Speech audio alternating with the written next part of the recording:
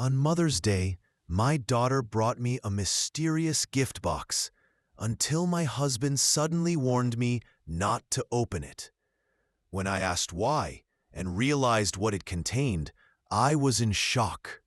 Moments later, the police arrived, and you won't believe what was inside. My name is Margaret. I'm 58 years old, and I never imagined I'd have to throw my own daughter out of my house.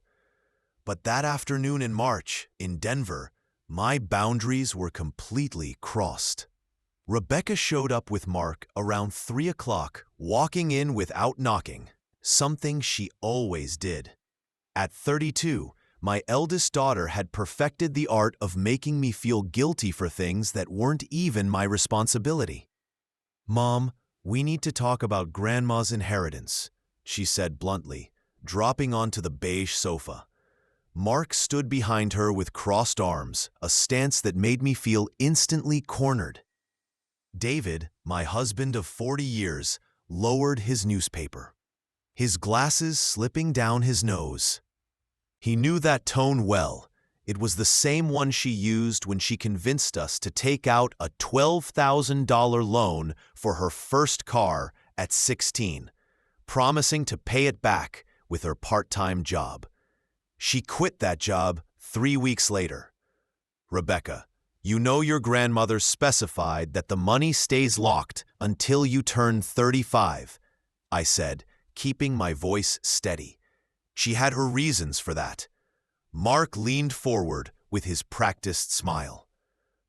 "But that was over 10 years ago. Margaret, things have changed. We've got 2 kids to raise, a mortgage on the 4-bedroom house we just bought, private school fees. Costs you chose to take on," David muttered, loud enough for everyone to hear. Rebecca's face changed instantly. It was like watching my daughter and a stranger exist in the same body. Hard eyes replacing the soft girl I had raised. "Oh, so that's how it is," she said, her voice sharper now. "After everything we've done for you, after giving you 2 beautiful grandsons you adore." She knew exactly where to strike. Ethan and Oliver, her 6-year-old twins, were the light of my life. Every weekend, we baked dinosaur cookies, watched cartoons, and visited Washington Park. The idea of losing them made me sick. "You can't use the boys as leverage," David said, shutting his newspaper with force. "I'm not," Rebecca snapped, though her eyes betrayed satisfaction. "I'm just being practical. If you won't help when we need it, maybe we should rethink these weekly visits." It was always like this. Rebecca knew my weak points and pressed until I gave in. For years, I had. What started as a car loan became college loans, then rent, then a house down payment. "You know what's unfair?" Mark cut in, pacing like he owned the place. "You've always had favorites. Kevin never had to beg. Always the golden boy. Engineering degree, perfect wife, fancy job in California." I was stunned. Kevin, my 29-year-old son, had moved away to escape the drama Rebecca created. "Kevin never asked me for money after age 22, I said firmly. He paid his $60,000 in loans, bought his own car, and saved for years for his house. "Because he didn't have to fight for your attention," Rebecca screamed. David finally stood up, his patience gone. "That's not true, and you know it. Your mother treated you both the same."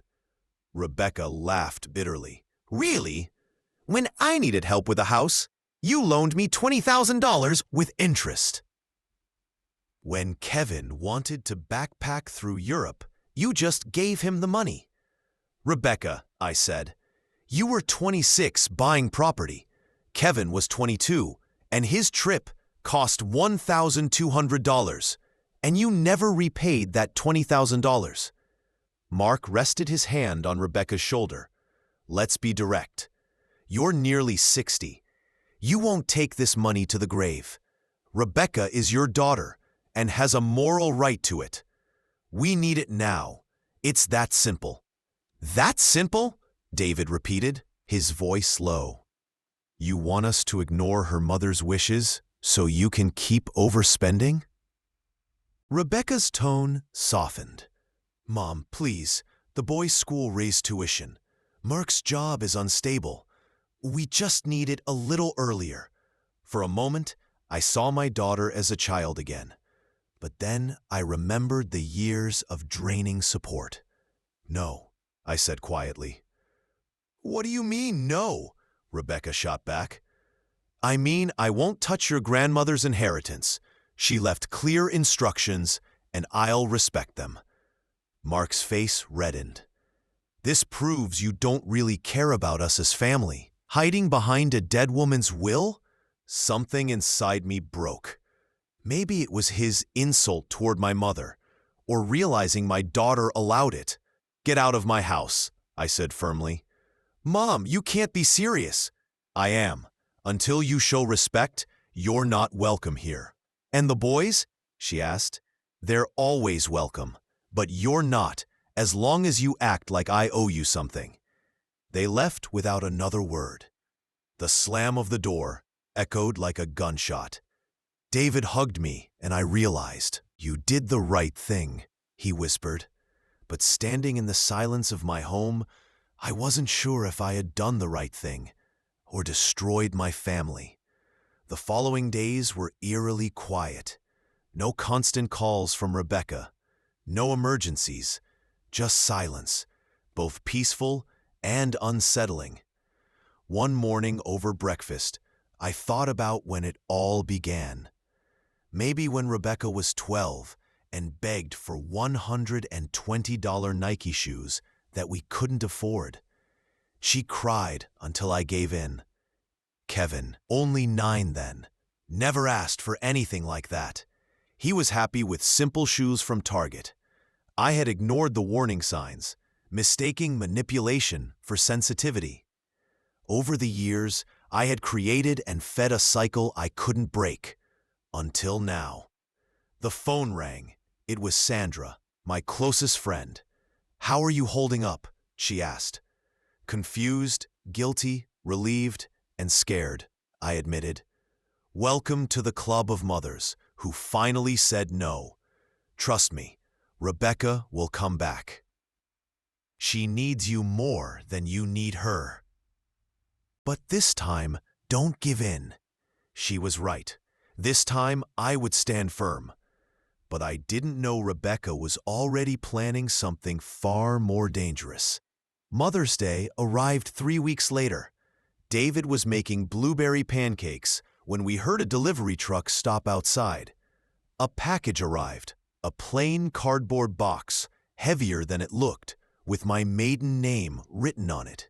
Don't open it, David said immediately, pointing to the tiny air holes drilled into the sides. Something alive was inside.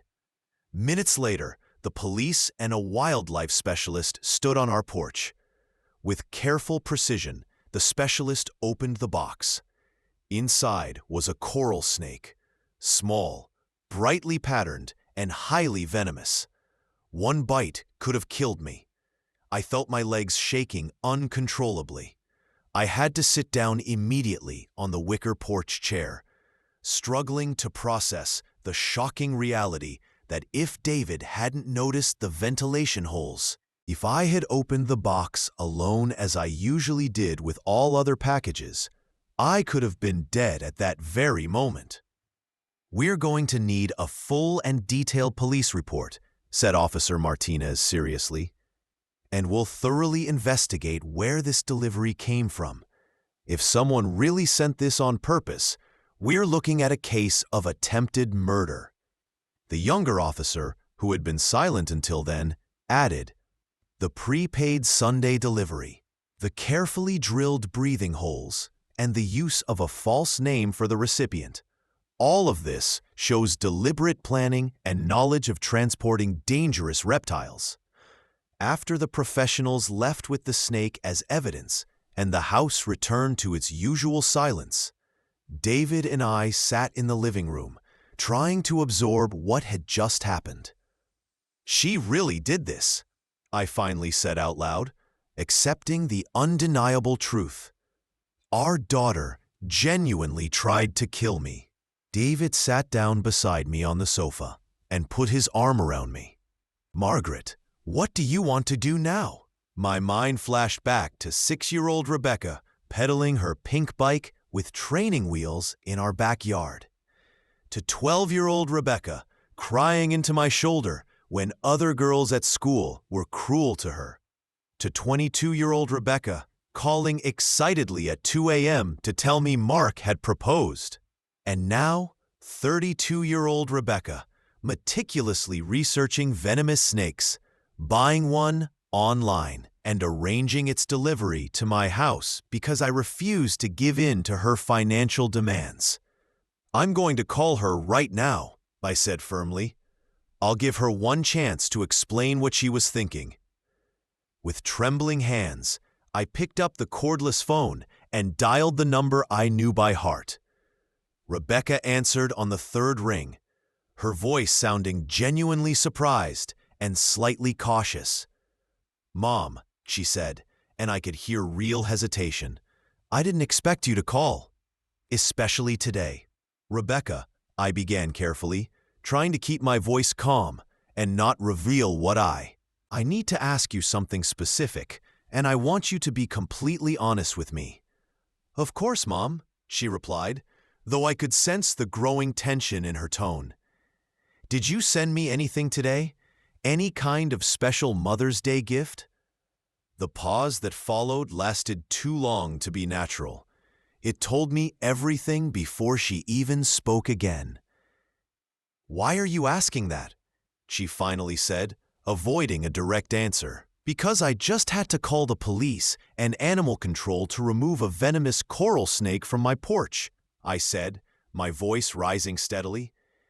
"A snake purchased with my credit card at a store in Aurora 2 weeks ago." I heard a distinct sound in the background, unmistakably someone laughing loudly. "Rebecca, is someone there with you right now?" "It's just Mark," she said quickly. "He's watching the game on TV." But I knew Mark's laugh after years of hearing it, and that wasn't the laugh of someone watching a sports program. It was the laugh of someone finding our conversation amusing. "Put it on speakerphone," I said firmly. "Mom, I don't think—" "Put it on speakerphone, Rebecca." I heard the click of the phone switching modes. "Hi, Margaret," Mark said, his voice carrying a malicious edge.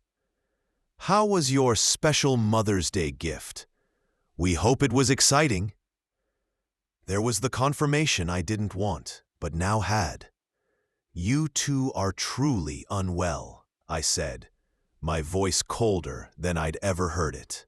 "You sent a potentially deadly snake because I refused to give you money that isn't even mine." "Oh, please," Rebecca said, her voice completely changed. The pretense of being a loving daughter was gone. "It was just a harmless Mother's Day prank. You always overreact." "Prank?" I replied, trying to keep my voice steady. "My own daughter calls attempted murder a prank? A prank that could have killed me?" "Well," Mark said with casual cruelty that chilled me, "maybe next time you'll think twice before turning your back on your own family." I hung up immediately. I sat in silence for a long time, processing not just what had happened, but what it meant for our family's future. Rebecca hadn't sent the snake in a moment of anger. She had planned it carefully, choosing a symbolic day. And when confronted, she had shown no remorse. Worse, she and Mark found it amusing.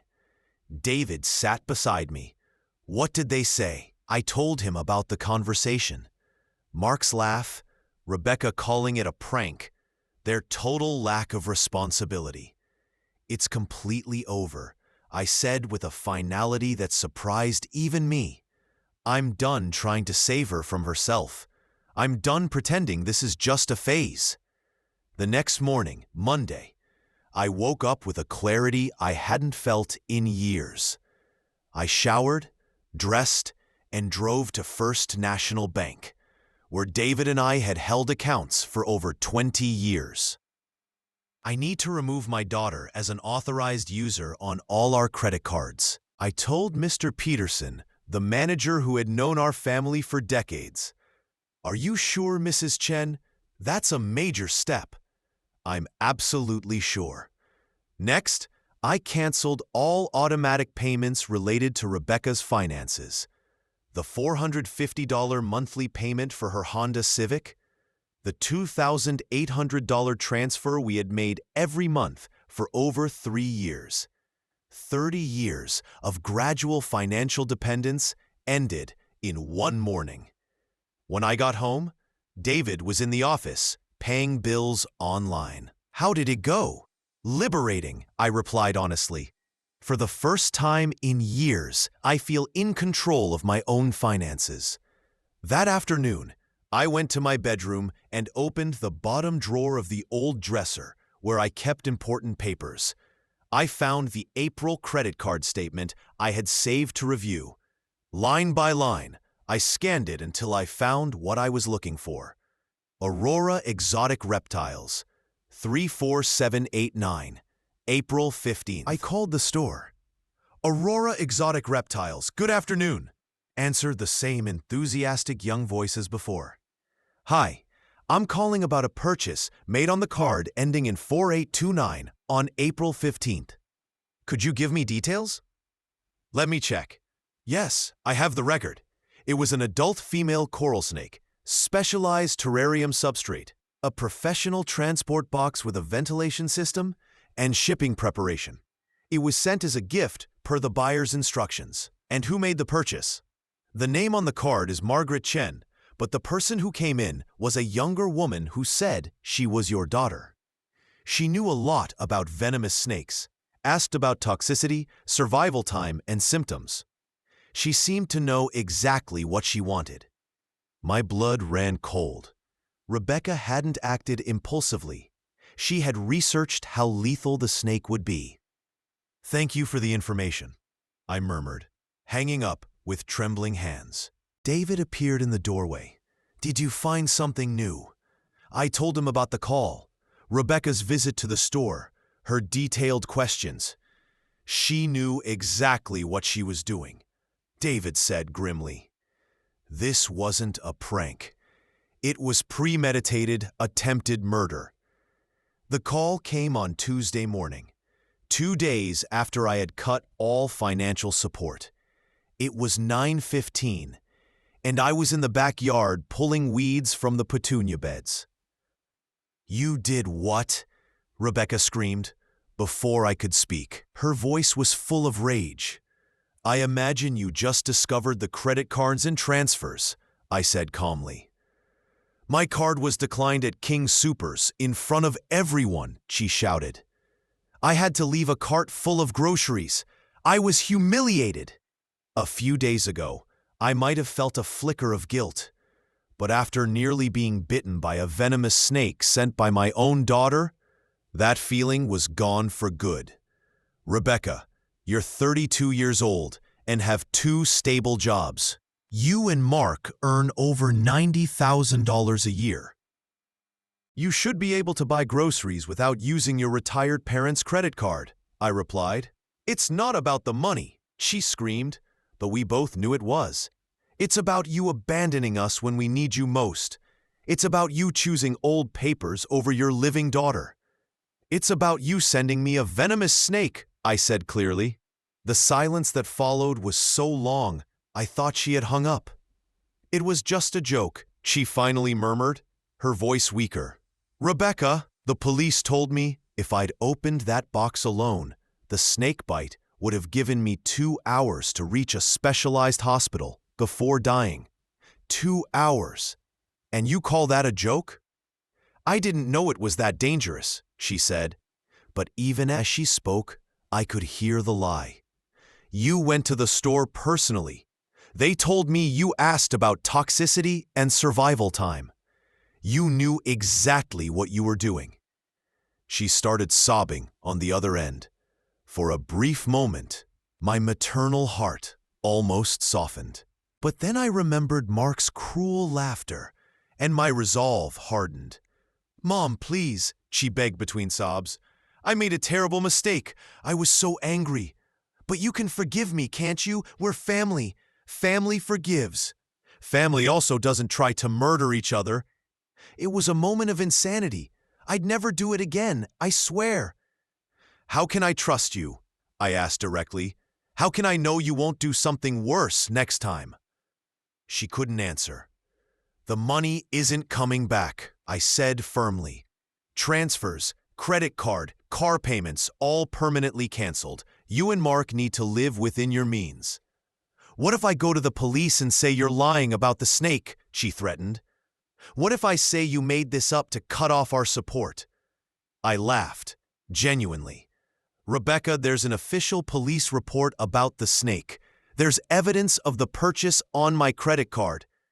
And there's a digital recording of this conversation. I started recording our calls after you began denying what you said." "You're recording me now?" she asked, her voice small. "I've been recording all our conversations since last week, including this one where you admitted sending the snake and threatened to lie to the police." "You can't use that legally." "I can and will if you keep threatening me. You've committed federal crimes. Mailing live animals without authorization is illegal. Sending venomous animals to cause harm is attempted murder. If you keep threatening me, I'll take everything to federal prosecutors." "You'd turn in your own daughter?" The question hit me hard because the answer was yes. And realizing that broke my heart in ways I didn't think possible. "You're no longer the daughter I raised," I said, the words like a confession. "The Rebecca I knew would never try to kill me for money. Who are you now?" She hung up without answering. 3 days later, Friday morning, Rebecca and Mark showed up unannounced. I was organizing the pantry when I saw their silver sedan pull up. My first instinct was to lock the doors and pretend I wasn't home. But I knew that avoiding them would only delay the inevitable. I opened the door before they could knock, standing straight and calm. "We need to talk," Mark said without preamble. "We have nothing to discuss," I replied, but let them in anyway. Not because I wanted to, but because this final conversation had to happen to set clear boundaries. They sat on the living room sofa as if still welcome. Rebecca looked like she had been crying recently. Her eyes were swollen and red, but Mark looked mostly annoyed and impatient. "Listen, Margaret," he started, saying my name in that stern way he always used when trying to sound official. "You need to stop this dramatic behavior immediately. We know you're upset about the snake incident, but it's time to be calm and reason." "Calm and reasonable," I repeated, shocked by what I was hearing. "Exactly," Rebecca added, leaning forward with a pleading look. "Mom, I admit it was a careless and foolish idea, but nothing serious happened. You're fine, and now you're punishing not just me, but the boys too. They keep asking when they can visit Grandma Margaret." I could hardly believe it. After everything that had happened, after all the undeniable proof, they still acted as though I was the one being irrational. "Nothing serious?" I asked in disbelief. "Rebecca, you sent me a snake that could have killed me." "But it didn't," Mark interrupted, as if that somehow solved everything. "And you know Rebecca would never truly harm you. It was just a desperate attempt for attention. A cry for attention that cost $347 and broke several federal laws," David said dryly, stepping into the room. I hadn't heard him coming down the stairs. Mark turned to him, speaking with condescension. "David, you're a reasonable man. You understand women sometimes act out emotionally when they're unstable. That doesn't mean we should destroy the family over one isolated mistake." The look on my husband's face told me instantly that Mark had crossed a serious line. "Are you suggesting," David said calmly but firmly, "that I should ignore the fact someone tried to poison my wife, Just because women are emotional? It wasn't poisoning, Rebecca said quickly. It was just a snake with venom. Venom strong enough to kill an adult horse, David shot back. Mark stood up suddenly, and the mood in the room shifted. The way he positioned himself between David and the door made me feel genuinely afraid for the first time. "Let's stop pretending you're innocent victims," Mark said, his voice low and threatening. "You two promised for years that family could always count on you. And now, the first time Rebecca makes a small mistake, you cut everything off. That's not how family works. Real family doesn't try to kill each other," I replied firmly. "No one tried to kill anyone," he shouted, losing his composure. "You're paranoid old people turning a prank into a conspiracy." "Get out of my house now," David ordered. "No," Mark snapped. "Not until we settle this. You're going to restore the credit cards, reinstate the transfers, and stop acting like we're criminals." "And if we don't?" I asked, though I dreaded his answer. Mark smiled, but it wasn't friendly. It was the cold smile of someone about to strike. "Well, it would be a shame if something happened to you two.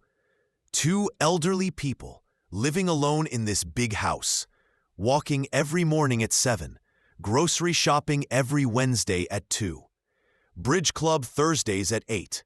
Someone who knows your routine could easily use that against you." My blood ran cold. He had just directly threatened us, describing our daily routine in detail as intimidation. David grabbed the phone. "What are you doing?" Rebecca asked, suddenly nervous. "Calling the police," David said calmly. "Your husband just threatened us in our own home." "That wasn't a threat," Mark protested, his voice betraying panic. "It was just a comment about safety."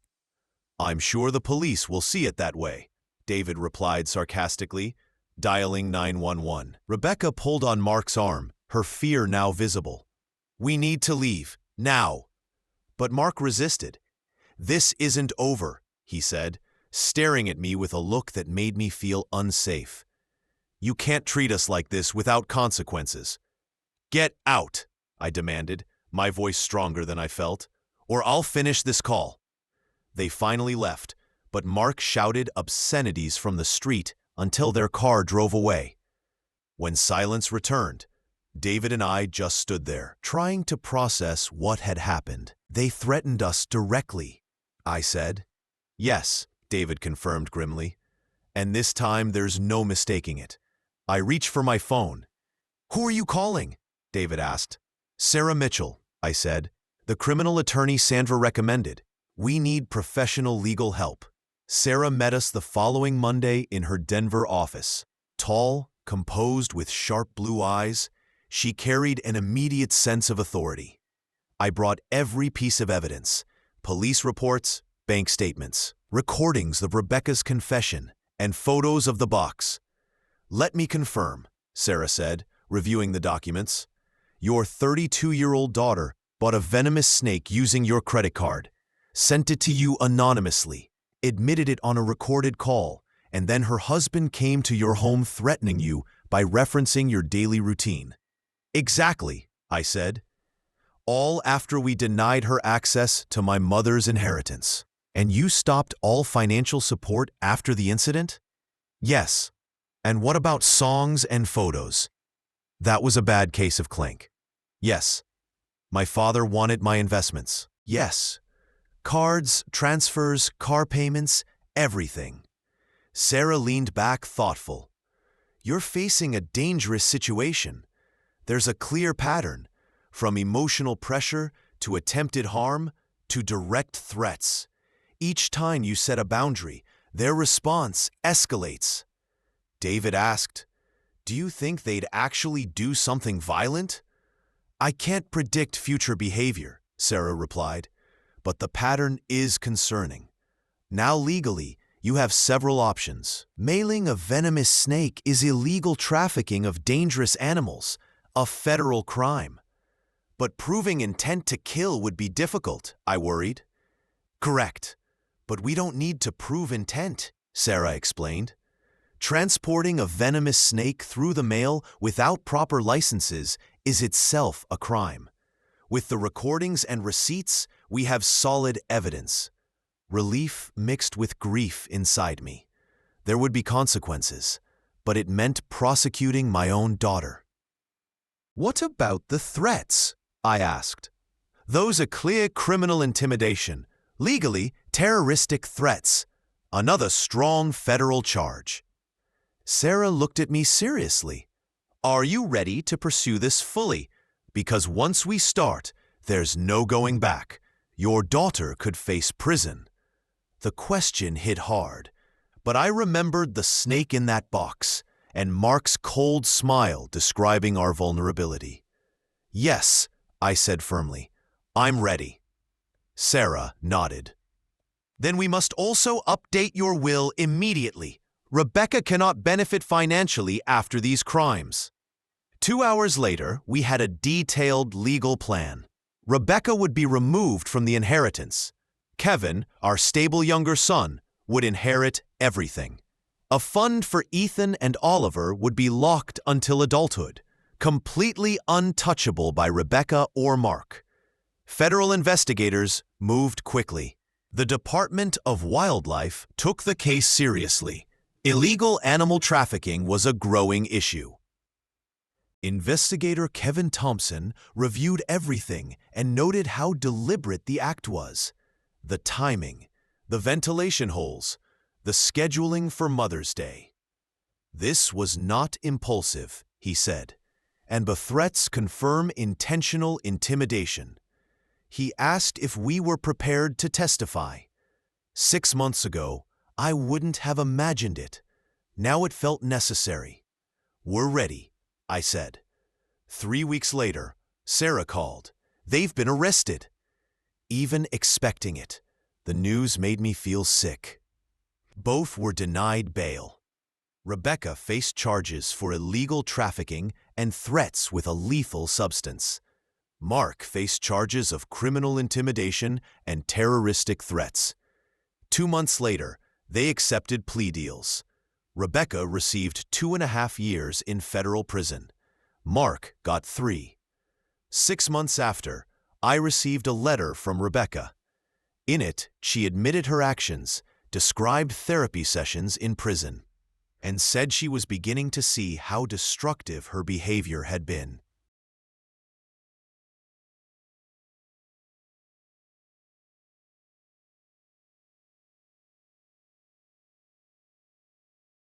She didn't ask for forgiveness, only hoped to become someone her children could respect. I cried reading it, but I didn't respond. Not yet. Change takes more than words. Meanwhile, Ethan and Oliver came back into our lives. Their other grandparents had cared for them well. We explained in child-friendly terms that their parents made serious mistakes and needed time to learn better. The boys adapted quickly, proving children's resilience.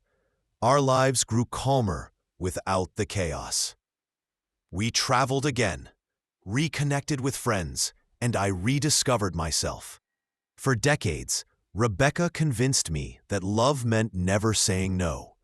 But I finally understood. Real love sometimes means letting people face the consequences of their choices. It took me 58 years, but I learned the truth. Protecting yourself and those you love requires boundaries, even against someone you care for deeply.